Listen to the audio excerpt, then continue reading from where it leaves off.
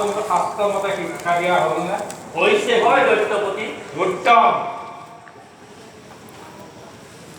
বাবু কলা তুমি গুৰুৰ দিশত থাকি কি শিকিলা তাৰ এটা সুন্দৰ পাঠ মোক গাই শুনোৱাচোন। পিতা, এই সংসাৰত সকলো বস্তুৱে অনিত্য। সকলো বস্তুৱে এদিন নহয় এদিন ধ্বংস হ'বই। সেইবাবে পিতা শ্ৰৱণ কীৰ্তন মৰণ বিষ্ণুত অৰ্চন পদতে অন দায়িত্ব অকীৰ্ত বচন বিষ্ণুত কৰিবাৰে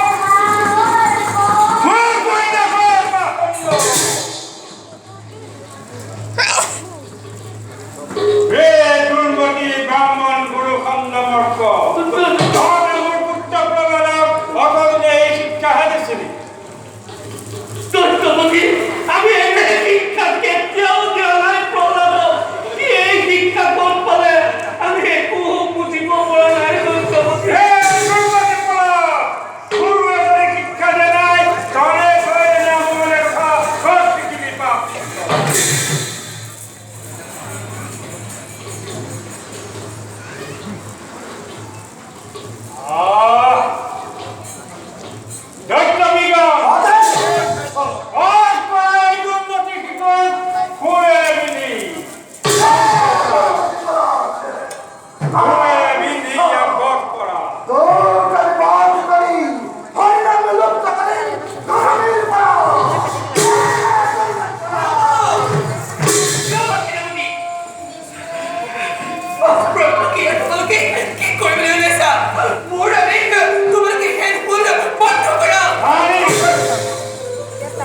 তুমি রাজধন করে নিকিও মোর আশ্চর্য পাহাড়িছা জোয়ার আমি ই মোর পুত্র নহয় ই মোর কাল শত্রু হরি নাম স্মরণ ওর পাশে প্রধানের অপরাধ কি? তার একটু লোক নাই। তাকে আপনি এনে হাসতে প্রধান ন করে মনে আছে। মই আপনার শরণে করেছো প্রতিজ্ঞ করব আপনি। ই মোর কাল শত্রু হরি পরম ভক্ত যার কোনো দয়া নাই দৈত্যবিগণ তাক মোৰ সন্মুখৰ পৰা ভাগ কৰা তুৰন্ত ইয়াক মূৰত দি